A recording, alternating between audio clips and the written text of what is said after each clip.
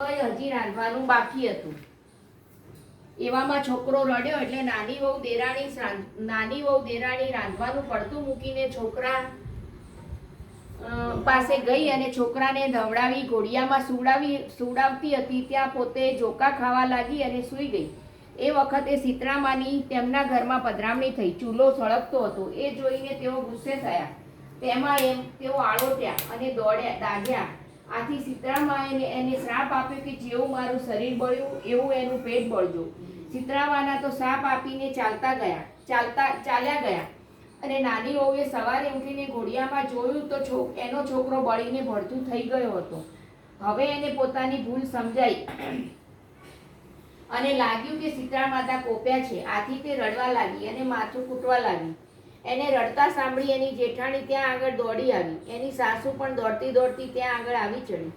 આવીને બંનેએ જોયું ને તો નાની વહુને કહ્યું, રાતે તું ચૂલો સળગતો મૂકીને સૂઈ ગઈ હતી, તેથી તારી ઉપર સીતરામા કોપાયમાન થયા છે. તું તારા છોકરાને લઈને સીતરામાની પાસે જા અને તારી ભૂલ કબૂલ કરીને એમની માફી માંગ. મા તારી ઉપર દયા કરીને તારા છોકરાને સજીવન કરશે. સાસુની વાત માની છોકરાને ટોપલામાં લઈ ટોપલો માથે ચડાવી નાની વહુ તો સીતરામાતા પાસે ચાલી. ચાલતા ચાલતા રસ્તામાં એક તળાવ આવ્યું. એ તળાવ પાસે ટોપલો ઉતારી નાની વહુ તળાવમાં પાણી પીવા ગઈ. ત્યાં તળાવમાંથી અવાજ આવ્યો, બાઈ, તું આ તળાવનું પાણી પીશ તો મરી જઈશ. તું શા માટે રડે છે એ તો કહે. એટલે નાની વહુએ કહ્યું, સીતરામા મારા ઉપર કોપ્યા છે. મારા છોકરાને એમને બાળી મૂક્યો છે, માટે સીતરામાને માફી માંગવા જાઉં છું.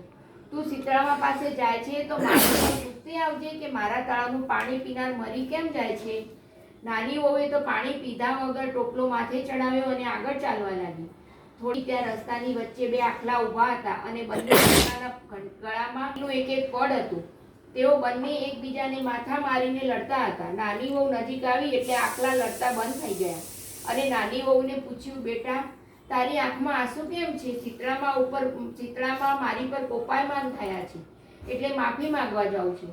તો બાઈ, સીતરામાને અમારું પણ પૂછતી આવજે ને કે અમારા કયા પાપને લીધે અમારા ગળામાં ઘંટીના પડ બાંધ્યા છે અને અમે શા માટે લડ્યા કરીએ છીએ. સારું, કઈ નાની વહુ તો આગળ વધવા લાગી. થોડેક દૂર ગઈ ત્યાં એક ઝાડની નીચે એક મેલી ગયેલી ડોસી બેઠી હતી અને વારંવાર માથું ખંજવાળતી હતી. એને જોઈને ડોસીએ કહ્યું, આવ બેટી, હું તારી જ રાહ જોતી હતી. તારો ટોપલો નીચે ઉતારીને જરા મારું માથું જોઈ આપને. માથામાં મને બહુ ખંજવાળ આવે છે. આ સાંભળી નાની વહુને દયા આવી. એણે ટોપલો નીચે મૂક્યો ને એ તો ડોસીનું માથું જોવા બેસી ગઈ. ઘણી વાર સુધી નાની વહુએ ડોસીનું માથું જોયું. એમાંથી ઘણી લીખો અને જુઓ કાઢીને મારી નાખી. આથી ડોસીના માથામાં ખંજવાળ ઓછી થઈ. નાની વહુને આશીર્વાદ આપતા ડોસી બોલી, બેટી, ભગવાન તારું કલ્યાણ કરશે અને તારી ભલાઈનો બદલો ભગવાન તને જરૂર આપશે. આમ કઈ ડોસી તો અદ્રશ્ય થઈ ગઈ. ડોસીની જગ્યાએ એકદમ પ્રકાશ પથરાઈ ગયો અને તેની જગ્યાએ સીતરામા ઊભા રહી ગયા. છોકરાને સીતરામાએ સજીવન કર્યો અને એ તો સીતરામાના ખોળામાં રમવા લાગ્યો. નાની વહુએ સીતરામાના દર્શન કર્યા અને પોતાની ભૂલ બદલ ક્ષમા માંગી. સીતરામાએ તેના માથા ઉપર હાથ મૂકી અને માફી આપી અને તેનો હસતો રમતો છોકરો તેના ખોળામાં મૂક્યો. પછી નાની વહુએ તળાવના પાણી વિશે પૂછ્યું ત્યારે સીતરામાએ કહ્યું, બેટી, ગયા ભવમાં એ તળાવ એક સ્ત્રી હતી. એ બહુ અદેખી હતી. એને ત્યાં કોઈ ચીજ લેવા આવે તો તે કોઈને આપતી નહીં અને સવારમાં વલોણું કર્યા પછી કોઈ છાશ લેવા આવે તો પાણી નાખીને છાશ આપે. એના પાપનું નિવારણ એ છે કે તું જોઈને તળાવનું પાણી ખોબામાં લઈ ચારે દિશામાં અંજલિ આપે અને પછી તું પાણી પીએ તો પશુ પક્ષીઓ અને વટે માર્ગો તેનું આ પાણી પી શકશે. પછી નાની વહુએ પેલા બે આખલાની વાત પૂછી ત્યારે સીતરામાએ કહ્યું, બેટી, એ બંને આખલા ગયા ભવમાં દેરાણી જેઠાણી હતા. એમને ઘેર કોઈ આડોશી પાડોશી દળવા ખાંડવા આવે તો એનું અપમાન કરીને તેઓ કાઢી મૂકતા હતા. એટલે આ ભવમાં તેઓ આખલા બન્યા છે. તું જો જઈને એમના ગળામાં રહેલા ઘંટીના પડ કાઢી નાખે તો તેઓ સંપીને રહેશે. આટલું કહી સીતરામા તો અંતર્ધ્યાન થઈ ગયા અને નાની વહુ પોતાના ઘરે દીકરાને લઈને પાછી આવી. ચાલતી ચાલતી તે જ્યાં આખલાઓ લડતા હતા ત્યાં આવી અને છોકરાને એક બાજુ બેસાડી તે આખલા પાસે આવી. આખલા પાસે આવીને તેને વાત કરી અને પછી તેને ઘંટીના પડ કાઢી નાખ્યા. આથી બંને આખલાઓ શાંત પડી ગયા અને એકબીજાના મિત્ર જેવા બની ગયા અને ડોક નમાવીને પેલી નાની વહુનો આભાર માન્યો.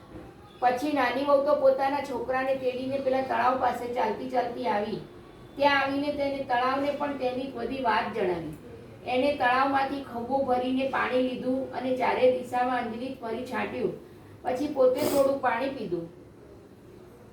ત્યાં તો ચારે દિશામાંથી પક્ષીઓ પાણી પીવા માટે આવવા માંડ્યા. પછી તળાવે નાની વહુનો આભાર માન્યો અને નાની વહુ પોતાના છોકરાને લઈને પોતાના ઘરે આવી. ઘરે આવીને તેણે તો પોતાનો છોકરો સાસુમાના ખોળામાં મૂકી દીધો. આથી તેની સાસુ તો રાજી રાજી થઈ ગઈ, પરંતુ આ તેની જેઠાણીને ગમ્યું નહીં. સાસુએ તો નાની વહુને પૂછ્યું, નાની વહુ બેટા, આ બધું બન્યું કેવી રીતે? એટલે નાની વહુએ બધી વાત માંડીને કહી. આ સાંભળી જેઠાણીને પણ શીતળામાના આશીર્વાદ લેવાનું મન થયું અને પછી બીજે વર્ષે રાંધણ છઠે આવે ક્યારે આવે એની રાહ જોવા લાગી. પણ સમયને જતાં ક્યાં વાર લાગે છે. બીજા વર્ષનો શ્રાવણ મહિનો આવ્યો અને શ્રાવણ મહિનાની રાંધણ છઠ પણ આવી. એટલે એણે પણ જાણી જોઈને રાંધણ છઠને રાતે ચૂલો સળગતો મૂકીને એ તો સૂઈ ગઈ. એવામાં શીતળામાં ફરવા નીકળ્યા અને ફરતા ફરતા તેના ઘરમાં પ્રવેશ્યા. ચૂલો સળગતો જોઈ એ તો ગુસ્સે થયા અને તેમાં આળોટ્યા એટલે દાઝ્યા. એટલે શીતળામાં માતાએ તો જેઠાણીને શાપ આપ્યો, જેને મને બાળી છે એનું અંતર બળજો. અને સવારે જેઠાણીએ ઉઠીને જોયું તો છોકરો ઘોડિયામાં બળીને ભડથું થઈ ગયેલો પડ્યો હતો. એણે રડતા રડતા શું બન્યું એની બધી વાત સાસુને કરી. એટલે સાસુ એમને લડ્યા અને પછી કીધું, જા તું પણ નાની વહુની જેમ શીતળામાને મનાવવા માટે જા, એમને વિનવણી કરજે એટલે તારો દીકરો સાજો નરવો થઈ જશે.